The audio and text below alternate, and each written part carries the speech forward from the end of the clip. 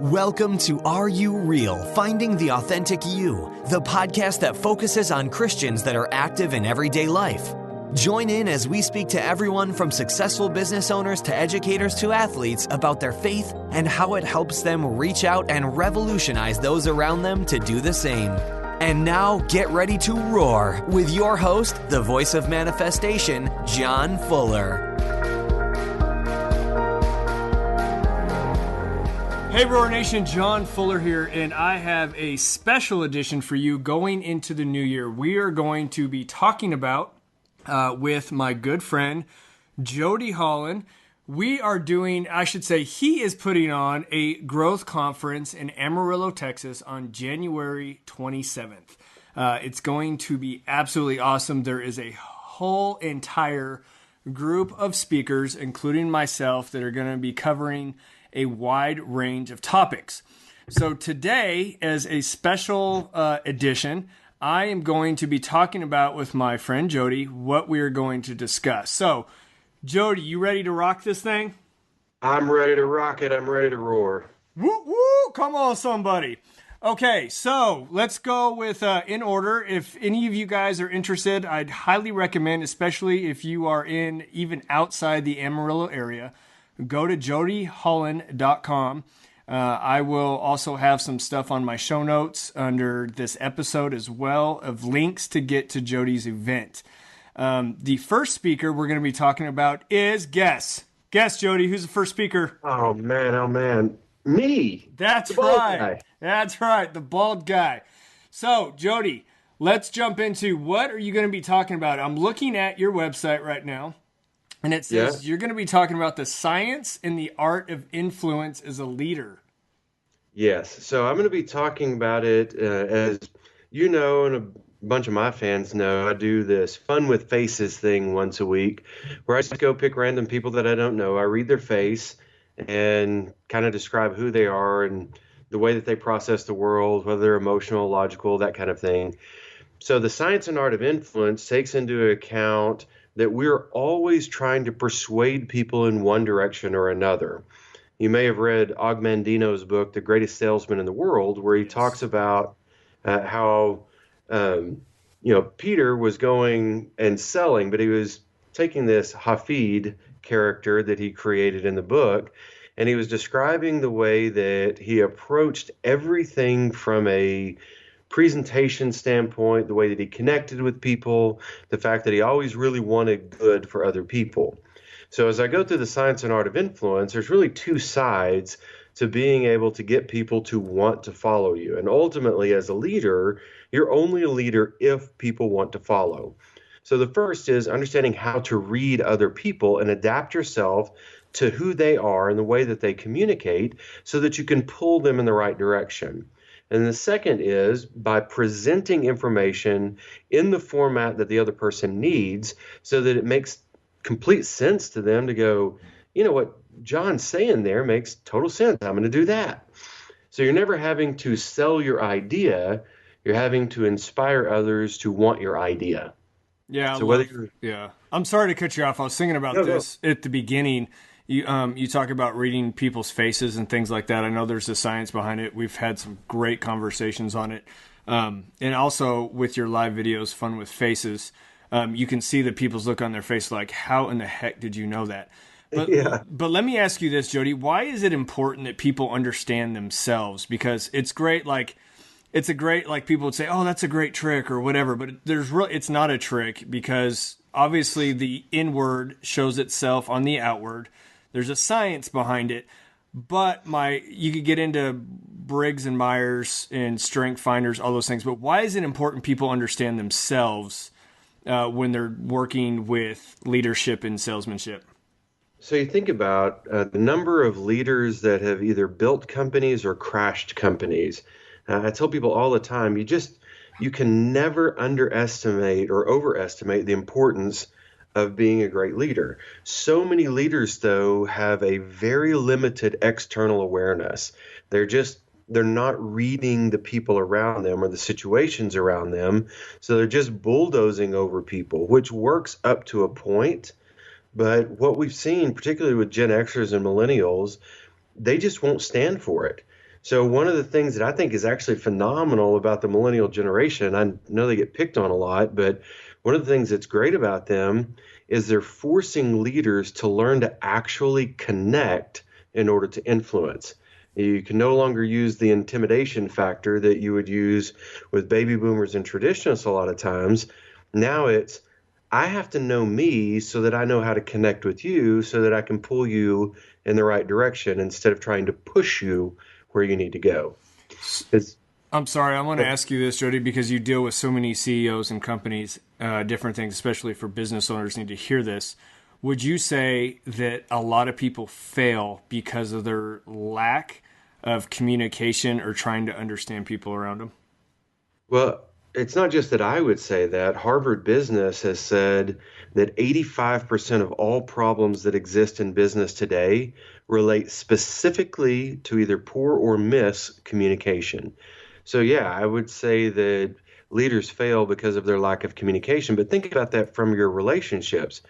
Any relationship with your wife, with your kids, with your best friend, if you're a poor communicator, the relationship will end up going south at some point. Okay, so one last thing on this, because we got several different things to talk about. What would you drop for our listeners as far as a way to improve communication skills? Well, so there's a whole host of things that you do for communicating, but I would say the number one thing is listening as a leader. And there are 4 specific components to being a great listener. The 4 steps of being a great listener are: first, focus on the person. So stop your distractions, stop messing with the mail or checking your phone or doing other things. Look at the other person. Second is respond non-verbally when they're talking to you. So they need to be able to see in your facial expression, your body language, that you're connecting with their message. The third is ask good questions. When there comes to a part where you need more information or where you just want to know a little bit more about whatever they were talking about or it wasn't clear, ask a question. And then the fourth and final component of being a great listener is you have to reflect back what you heard, but in your own words. So you're using lead-ins like, I want to make sure I understand you correctly, what you're saying is, and then you put it in your own words to make sure that you've got what they wanted to send. Awesome. So that's fantastic, because even I would just say, even if you came to the conference just for that one piece of information, that could be life-changing. There is one other thing real quick I want to ask you about. It shows that you're going to be talking about the mindset of a winner. Can you put that in a nutshell for us? Yeah, in 60 seconds or less, I'm just going to say that the mindset of a winner has to do with the blueprint of your beliefs. It has nothing to do with trying to mimic someone else's behaviors.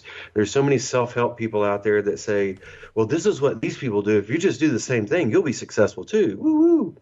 But the simple reality is people get frustrated over and over again because they'll do the things that other people do, but they don't have the same beliefs that the other person does. So a belief loop is where your mindset comes from.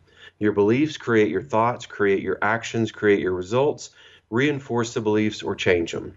So the loop is constantly running in your life and in your mind.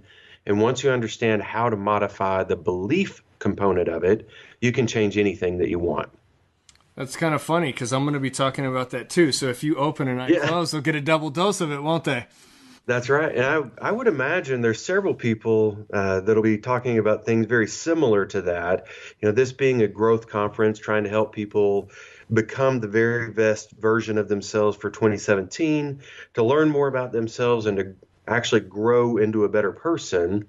You'll see Jacob, for example, one of the guys that'll be speaking there. He is the owner of Process Art House. He's built moving sculptures at Burning Man, represented Amarillo and multiple other cities with the Inc. 500. I mean, he's just done some phenomenal things in the art world, but he's also a great thinker.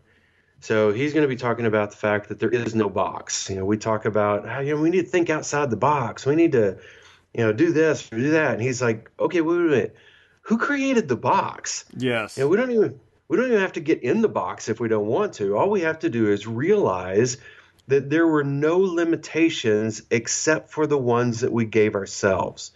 So we can literally be anybody we want to be if we understand how we create, and from the business standpoint, from the art standpoint, it's really very similar. We restrict ourselves. So he'll talk about the modern creator and the capacity to see things and then bring that art to life. When we're in business, we're bringing the art of business to life. When you are a healthcare provider, you're bringing life, period. Yeah. So it's really, Jacob's a great guy. I've known him for about 4 or 5 years now. Now, is he local too? Yeah, he is actually. He actually is an Amarillo boy, grew up in this area, moved off. He is one of the very few people I know that has both a degree in sculpting and a degree in cartooning. I didn't know you can get degrees in those things. So for listeners, if you have the knack and the art of cartoons and sculpting, you can now get a degree in it. That's amazing.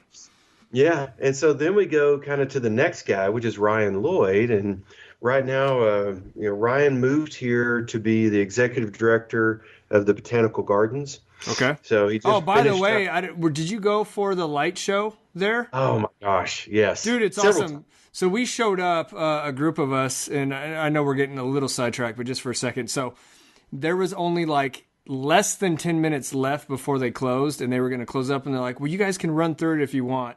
And we literally ran through it. So we started on one end and we ran around the entire thing. And I think in about 5 minutes, and had a couple minutes to spare. And it was beautiful. Yeah. Well, he was probably the guy that was standing at the gate telling you to run through it, because he was there every night. Okay. So this guy is fascinating to me. His nickname is Socks. I had him in a program with Leadership Emerald Canyon. But he's going to be talking about burnt. That's the title of his program. And we're always suffering from stress. And if we don't understand how stress is impacting us, from becoming fatigued to toxic relationships to things like that, then we end up losing the fire that we have for what we want to be and do in our lives. So he's going to be talking about the ways that you recognize burnout, manage your stress, and prevent yourself from losing that fire that pushes you to accomplish great things in life.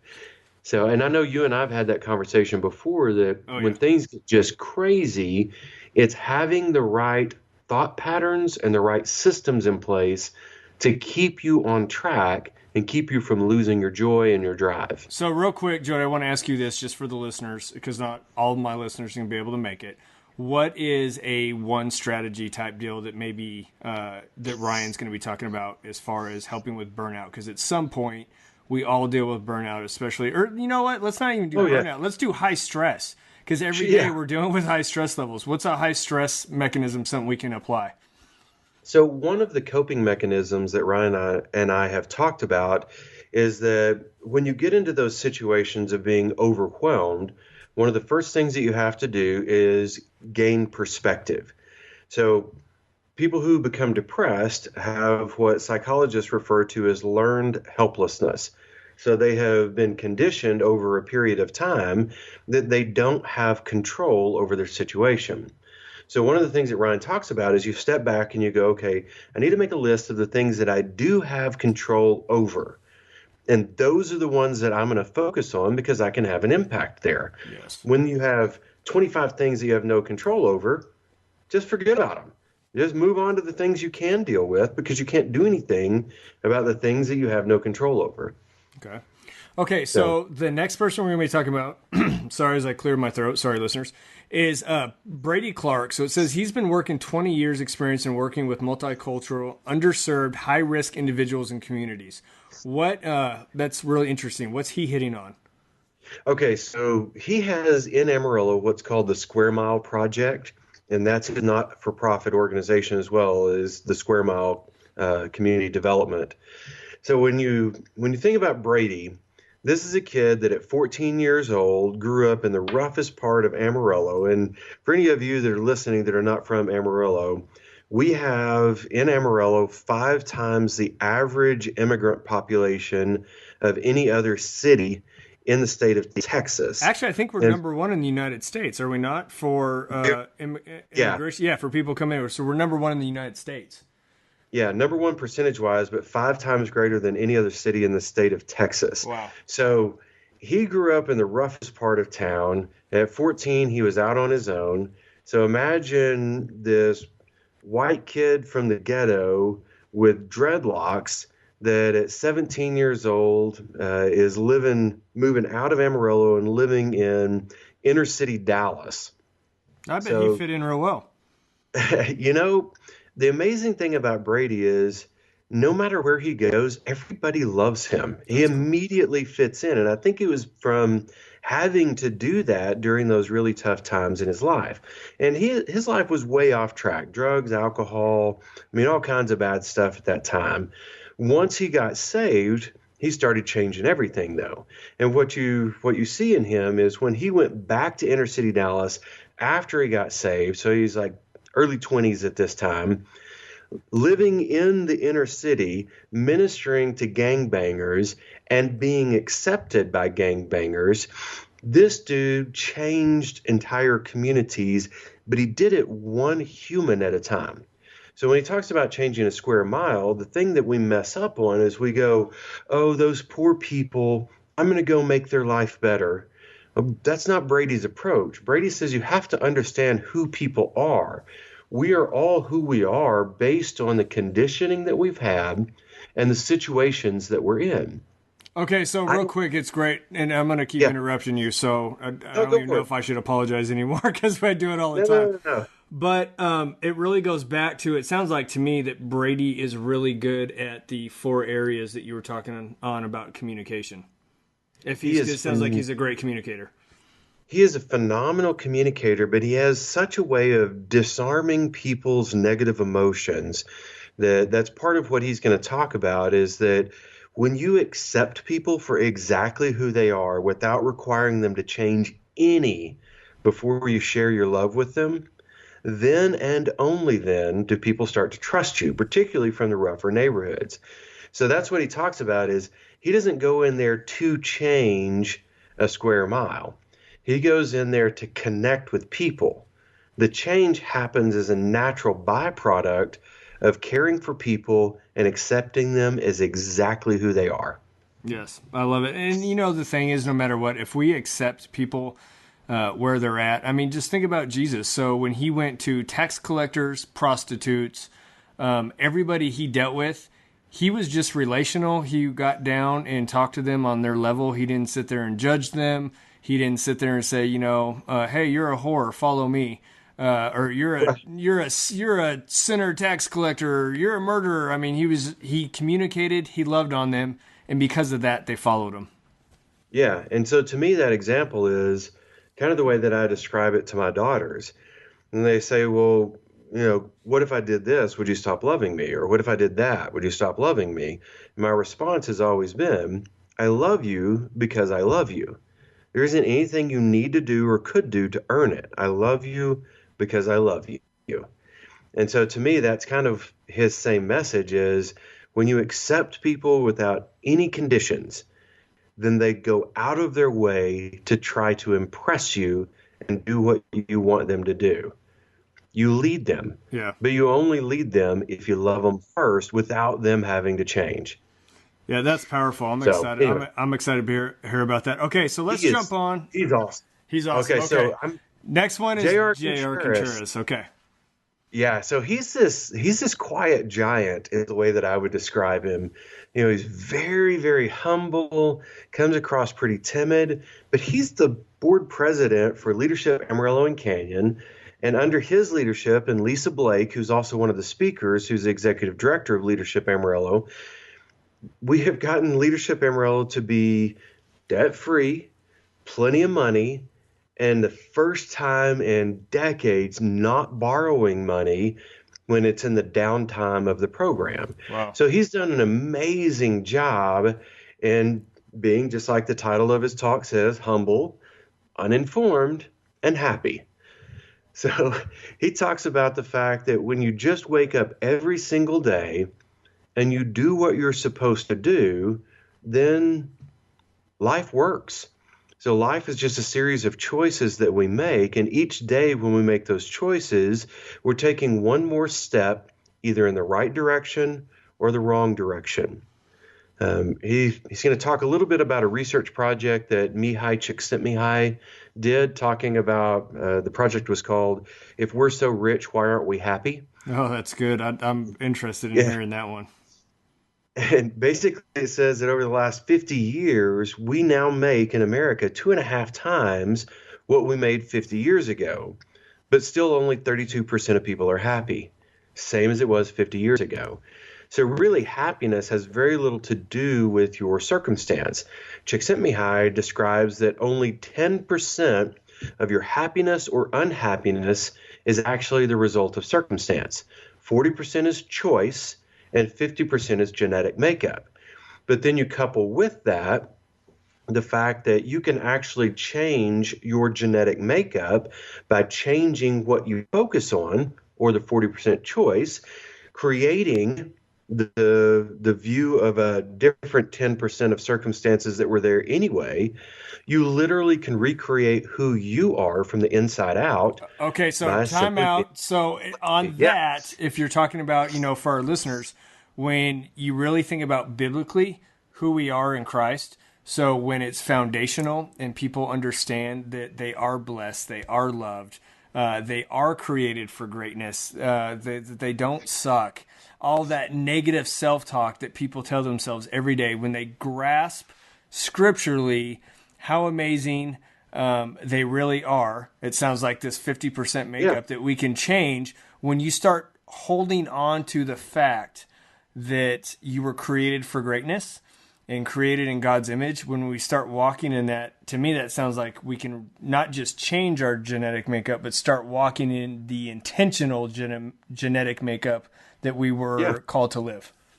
Yeah, we were called to greatness. We were called to be amazing. We have to choose not to be. And so he's going to talk about that series of choices that is the journey of life. And when you enjoy the choices, you enjoy the journey. And you realize that every time you struggle, just like in Proverbs 17, just as iron sharpens iron, so does one man sharpen another. Every struggle just sharpens you and prepares you for the next level. That's right. Absolutely. Think about King David. So he was anointed king, and the brother had to run for 17, 18 years in the wilderness, and trial after trial. But the thing was, is he was constantly being sharpened, groomed, and prepared for the place to reign, what God had for him. So, okay, let's jump in the next one. Byron Taylor. He's an award-winning motivational speaker, humorist, tall tales, storyteller, and semi-finalist at the 2014 and 2015 World Championships of Public Speaking. So this guy sounds like he's fun. So this guy is so good at presenting, and his topic is present like a pro. He was flown to Malaysia to teach storytelling. So, I mean, this guy, he's been all over the world. He's a phenomenal guy. He calls himself the tie guy. He goes everywhere in a suit and tie. If you look him up on Facebook, if you look up Byron Taylor Speaks, you'll see he's got pictures of him water skiing in a full suit. He's been rappelling off of the Chase Tower in downtown in a full suit. He's cliff diving, everything. This dude does it in a suit.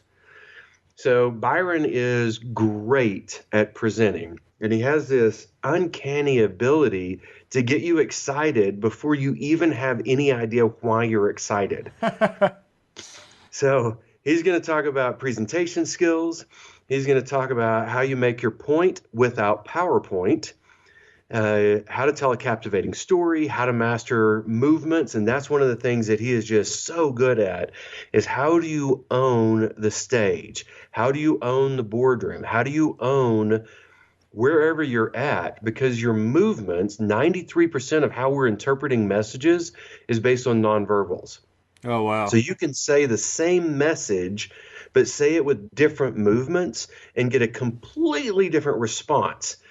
So if you're a pastor or anybody who's in any type of speaking at all, really needs to come, because just between you talking about communication and him talking about managing mannerisms and things and movements, those are really important topics. Let me just say, If pastors spoke the way that Byron speaks, they would need to build bigger churches. Man. That's what I'm going to say. If that's not a sales pitch, dude, I don't know what is, man. I'm going to have to tell some pastors about that one. That's good. So I'm just telling you, man, every pastor I've met, I'm like, if you can speak like that guy, we will have to turn people away because there'll be so many people that are going to flock into the doors just to come hear you present. And I got to tell you, I get so tired of people going, yeah, no, I just want to share the message. I don't want to be all fancy or exciting. I'm like, the message is exciting. If you will present it in such a way that you connect with their soul, the way that Byron will teach, let me just tell you, man, you'll own the boardroom, you'll build your church, and you'll have people flocking to you. Now we're talking. All right, you got me excited. I mean, I'm going to be there, but I was going to show up anyway. I know my wife's going to be buying a ticket. Casey's going to come, so she's excited. So let's talk about, is it Jennifer Nickel? Is that correct? Yeah, Jennifer Nickel. She is from the Amarillo area. She teaches communication at Amarillo College.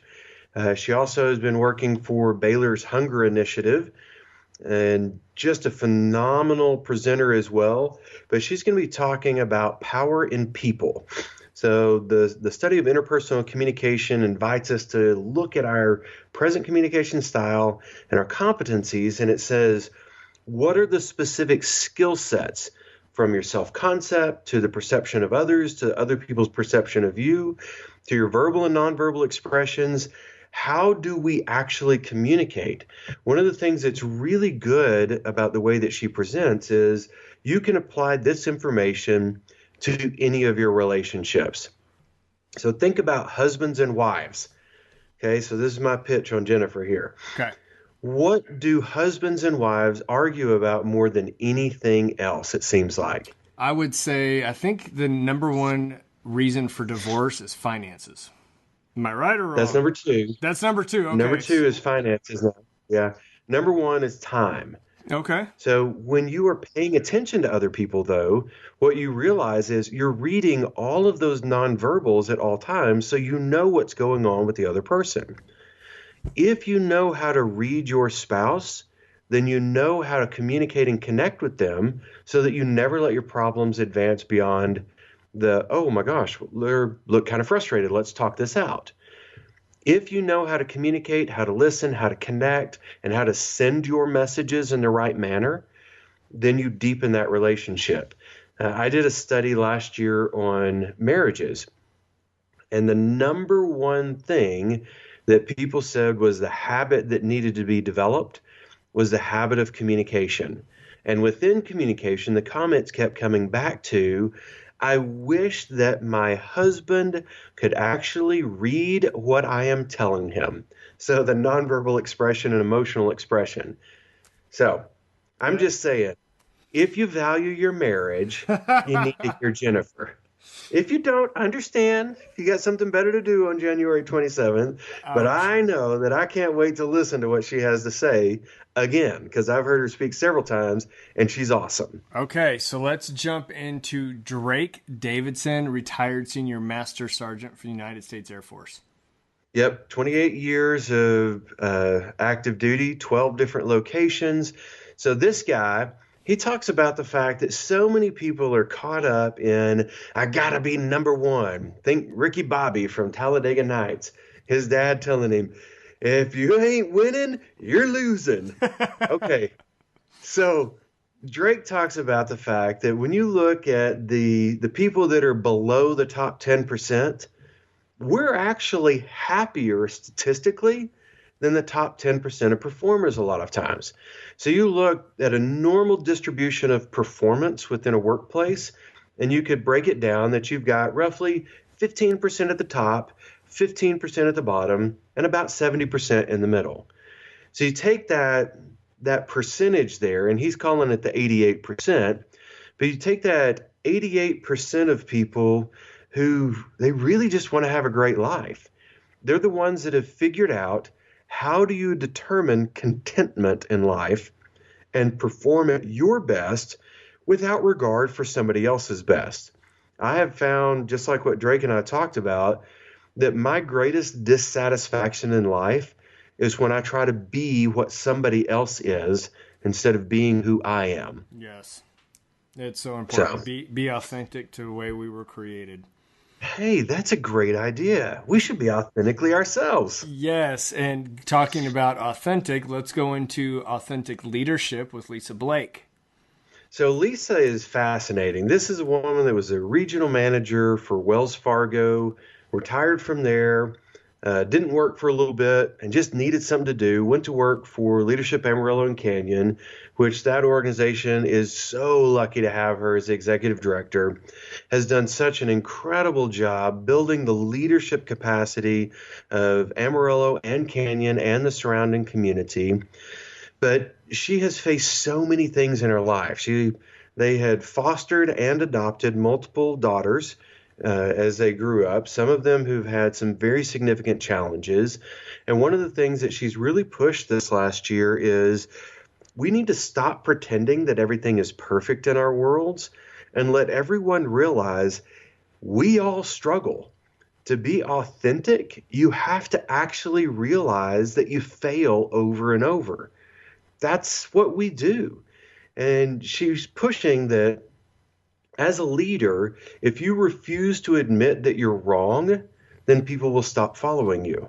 But when you are authentic, when you're genuinely who you are, you take those struggles, those victories, those defeats, all of who you are, the good, the bad, and the ugly, and you put it out there and you work through those challenges with your coworkers, with your followers, with your leaders, then you get to truly be vulnerable and awesome all at the same time. I'm excited about that. I was just having this conversation. I don't know if you've had a chance to read the book it's ex-Navy SEAL, but the book's called Extreme Ownership.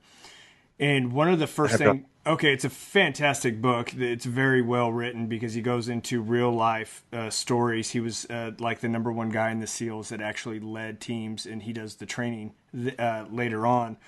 But the number one thing that he teaches about, and he goes into organizations, is extreme ownership.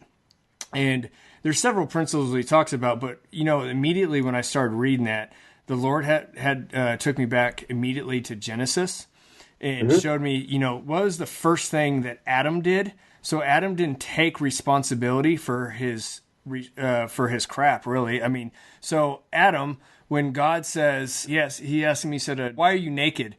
And he says, well, I ate. And God says, well, why'd you eat? And he's like, well, it's because of the woman you gave me. And she did it. And you gave her to me. And like, all of a sudden, he just starts throwing all this stuff out there. And immediately I just saw the importance of ownership. Like, hey, it's okay to mess up. Just own it. Because you can't move forward in your marriage, your relationships, your business, no matter what you do. You cannot move forward in your life until you take ownership of your own stuff.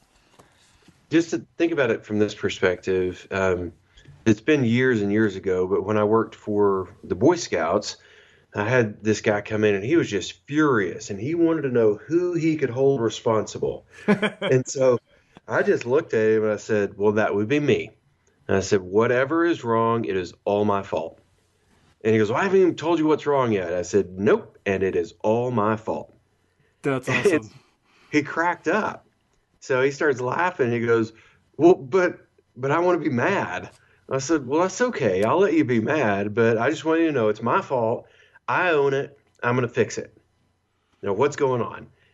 Immediately calm, talk through it. So that extreme ownership, that authentic leadership, when we are willing to own it, instead of pointing fingers and blaming, it immediately takes the thunder out of people's upset and you go, okay, well, let's just fix it then. Yes. It'd just be so much simpler sometimes. People just own it and fix it. Okay. All right. So let's move on. Is next. Yes. Mylyn. So let's talk about her. Okay. So she's going to talk about the power of CAN, C-A-N, communicate, advance, now. And so what she's talking about through this program is how in a world of incredible diversity, because she is not a natural-born U.S. citizen, as she put it. So in this world of diversity, everything that we do worldwide in business is based on advancing our ability to connect. Well, all relationships are built on the foundation of communication, and communication is based on wanting to connect with other people. So that's kind of the key, is that when you look at that power of can, it is, how do I communicate in a changing world? How do I advance my ideas and myself? And how do I do it now? So that's kind of the three components. And then our last speaker is this incredible, incredible guy. He's got a book coming out soon called DIY Remodel My Life, named John Fuller, the voice of manifestation. Come on, somebody. I'm going to let you talk just a little bit about what your program will be. Get him excited. Well, I'm going to try to get him excited, but you're such a good talker. Man, you start getting going, you make everybody sound great. I was half tempted just to say, hey, why don't you just talk about what I'm going to talk about, because you'll make it sound so good. Well, I'd be glad to do that, too. I do love to talk. Well, yeah, true. Me too. Okay, so we're going to hit 5 points. My biggest thing when speaking, and I know it sounds like everybody that's going to be talking, is I want my audience to walk away with something they can apply immediately, which it sounds like we're going to be getting a lot of that. And Right. So the 5 things that I'm going to hit on is how to remodel your life. It's going to be chapter 1 of my book. And I'm going to go through 5 points. So the first thing we're going to be talking about is blueprint. And it's going to be the structure of our beliefs and our thought life. It goes right back. And I love how this is going to work out, because we're going to tie this back into the first great speaker, the Jody Holland. And so a lot of times people, I hear, does God want me to succeed? So there's a thought pattern that goes on there, which is, again, our beliefs, which happen to be our thoughts, which turn into a behavior and then gives us our results. And we're going to be talking about the blueprint. So I'm going to be tying all 5 things into what I do every day, which is remodel homes, because it's so similar. When we're tearing out stuff and fixing it to make it look beautiful, the process is the same. The second thing we're going to be talking about is purpose. So we're going to do a very brief description, but we're going to help people, give them an idea of how to write a personal or life mission statement. So you would say, I exist to do X, Y, or Z, or my purpose in life is X, Y, and Z. And a reason I think that is so important is because when you know what you were created to do and what you're passionate about, it's literally going to change your focus.